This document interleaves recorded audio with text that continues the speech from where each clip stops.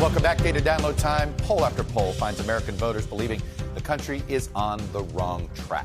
And if there's one other thing that Democrats and Republicans have in common these days, it's that they don't trust Washington to fix it. Look, at the turn of the century, right after the 9/11 attack, trust in government to do the right thing was pretty high, and it was across the board.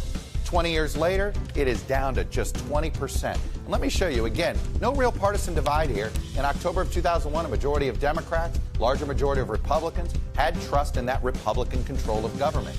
20 years later, these numbers have collapsed among both parties. The Democrats more than half, Republicans down to just 9% trust in government to do what's right most or all of the time. It's a Democratic government. That's why the Democratic number's a little higher here. But this is really troubling. Now, you might ask yourself, how did we get here? And what do they think next? Well, it's a very cynical public. They believe right now that most candidates that run for office, they don't do it to serve the community. Only 21% think people run for office in order to worry about the greater good. 19% of Democrats think this, 24% of Republicans. Now look at the reverse.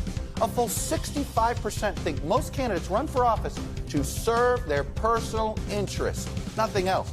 And this is across the board. 66% of Democrats believe this, 63% of Republicans. When we talk about the broken democracy, this may be bigger than any polarization problem that we have.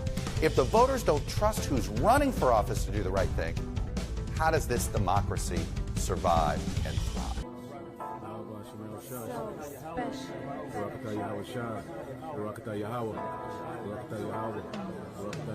And whatsoever you shall ask in my name, that will I do, that the Father may be glorified in the Son. If you shall ask anything in my name, I will do it. If you love me, keep my commandments.